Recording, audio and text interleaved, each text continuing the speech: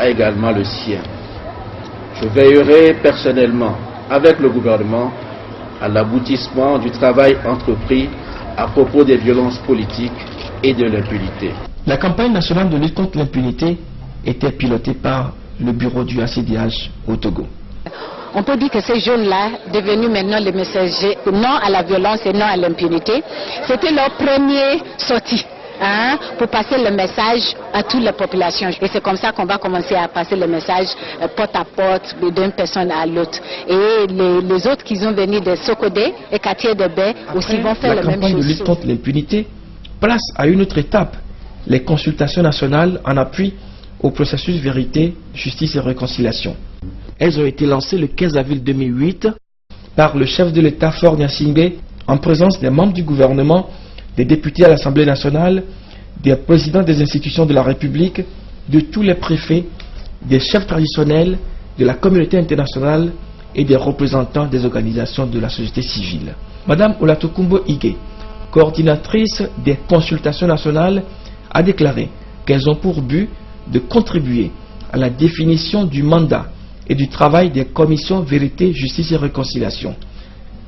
Elles ont également pour but de s'approprier le contenu et les mécanismes de fonctionnement de ces commissions et participer à l'identification des besoins en ressources nécessaires à leur fonctionnement. Plus spécifiquement, il s'agit de recueillir, à l'issue de ces consultations, des recommandations précises reflétant un consensus national basé sur les points de vue des populations sur les mécanismes de vérité, justice et réconciliation. Le représentant du ACDH au Togo d'alors, M. Moussa Gassama, a, de son côté, saisi l'opportunité pour remercier le chef de l'État togolais et l'ensemble du gouvernement pour avoir choisi l'option de la réconciliation, gage de paix et de concorde nationale. Dans sa résolution 2005/81, la Commission des droits de l'homme de l'ONU a encouragé les États à faire participer, selon qu'il convient, toutes les parties concernées, notamment la société civile, les victimes, les défenseurs des droits de l'homme et les personnes appartenant à des minorités et des groupes vulnérables, à toutes les actions visant à lutter contre l'impunité, y compris aux procédures judiciaires et à la mise en place de commissions de la vérité et de la réconciliation et d'autres commissions d'enquête, au choix des membres de ces commissions et à l'élaboration des textes législatifs pertinents en veillant à assurer une participation des hommes et des femmes sur un pied d'égalité. Je voudrais alors saisir cette occasion pour féliciter le président de la République et son gouvernement qui ont choisi cette voie et ont aussi requis la contribution de notre bureau pour la réalisation de cette. Je franchis avec vous ce matin la dernière marche conduisant à la mise en place effective des mécanismes prévus par l'APG en vue d'élucider les actes de violence à caractère politique commis par le passé et de proposer les mesures d'apaisement et de réconciliation nationale, indiquait le chef de l'État dans son discours du 15 avril 2008. L'objectif des consultations nationales que nous lançons aujourd'hui n'a nullement pour but de dévoyer les investigations ni d'esquiver les analyses approfondies qui sont nécessaires à l'établissement des faits relatifs aux actes de violence à caractère politique, mais plutôt à tirer toutes les conséquences qui s'imposent, a poursuivi Faure Gnassingbé. Le chef de l'État a invité les leaders politiques, les organisations de la société civile et la population à tirer les enseignements des actes de violence qui ont jalonné la vie politique du Togo depuis la veille de son indépendance jusqu'en 2005 et à s'impliquer utilement à la réussite du processus de réconciliation du peuple togolais. Le rapport des consultations nationales a été officiellement transmis au président de la République par le représentant du ACDH au Togo, M. Moussa Gassama. Je viens de remettre le rapport sur les consultations nationales. D'abord, je dois féliciter le président de la République d'avoir accepté le rapport et aussi d'avoir accepté de rendre le rapport public. Et comme vous le savez, le rapport était rédigé par notre bureau, mais la grande partie du rapport contient les idées, les opinions exprimées par la population. Et une autre partie du rapport, c'est les conclusions que le bureau du Haut-Commissariat a formulées et aussi des recommandations que le bureau aussi a formulées. Donc nous espérons que le gouvernement va continuer, n'est-ce pas, de travailler sur ce sujet et de mettre en œuvre les conclusions et les recommandations formulées. Je recommande tout le monde de lire le rapport. Notre bureau, on va travailler, n'est-ce pas, pour distribuer, n'est-ce pas, diffuser le rapport. La transmission de ce rapport ouvrait ainsi la voie à la création de la commission Vérité, Justice et Réconciliation. Le décret la créant a été pris en Conseil des ministres le 25 février 2009, suivi du décret nommant les 11 membres de la CVJR le 27 mai 2009 et l'installation officielle de ces derniers 2 jours plus tard, c'est-à-dire le 29 mai 2009 par le chef de l'État.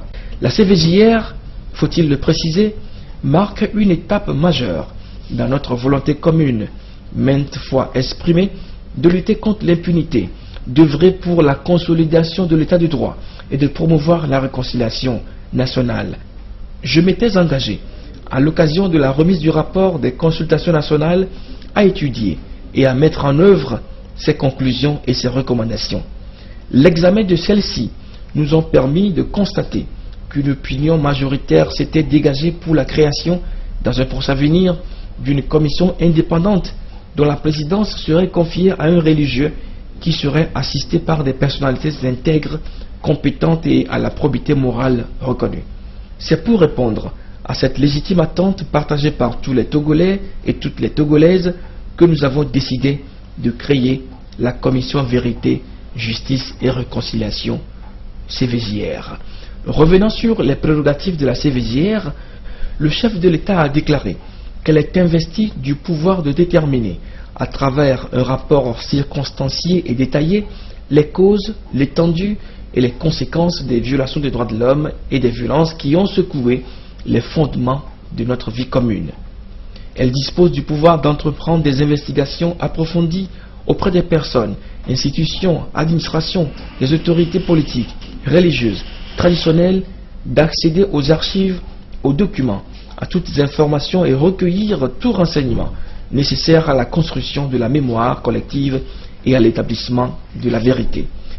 De même, poursuit le chef de l'État, elle a le pouvoir d'initier des enquêtes pour recenser et identifier les victimes de violences ou leurs ayants droit, de recevoir les plaintes des victimes, de les entendre, de les confronter avec des témoins et de présumés auteurs d'infractions, d'organiser des auditions entre eux en tenant compte des droits de la défense, du principe du contradictoire, des exigences et des droits du citoyen.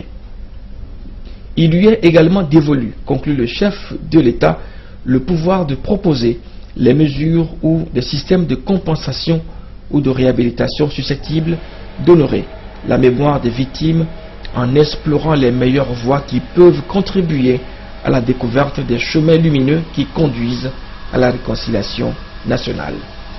Le travail de la CVJR a véritablement commencé après la cérémonie de remise des clés du bâtiment devant abriter la commission, cérémonie présidée par le chef de l'État qui a personnellement remis les clés au président de la commission, Monseigneur Nicodème Bariga Bénissant, en présence de l'ensemble du gouvernement. Le président vient de remettre les clés du bâtiment qui va abriter la commission de justice et réconciliation. Donc pour nous, c'est une étape dans la phase préparatoire. Les commissaires sont là maintenant et la commission est là pour tous les Togolais. Pour tous les Togolais. Et j'espère que tous les Togolais vont s'intéresser aux travaux de la commission, vont accompagner la commission au profit du Togo. La contribution du HCDH était depuis le début. D'abord la préparation des textes et aussi la formation des commissaires, aussi l'équipement du bâtiment avec le PNUD. Donc le HCDH et le PNUD, les deux agences du système des Nations Unies, ont contribué à l'achat de tout ce qui est dans la commission actuellement. Une mission accomplie dans la mesure où on parle d'une phase préparatoire. Mais pour moi, c'est le début